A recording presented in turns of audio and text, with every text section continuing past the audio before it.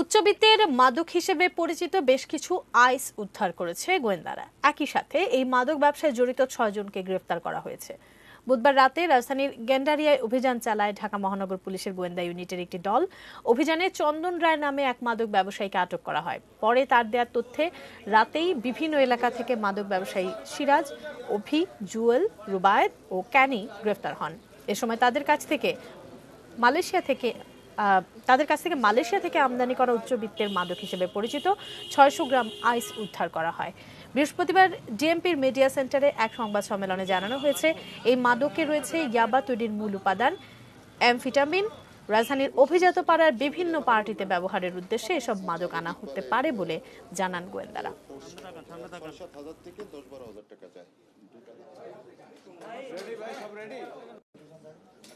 এটার ক্ষতিকারক দিক হলো ইয়াবার থেকে 50 থেকে 100 গুণ বেশি শরীরে ক্ষতি করে। অবশ্যই এটা দেহ এবং মনের জন্য অত্যন্ত ভয়াবহ একটা ক্ষতিকারক একটা ড্রাগ।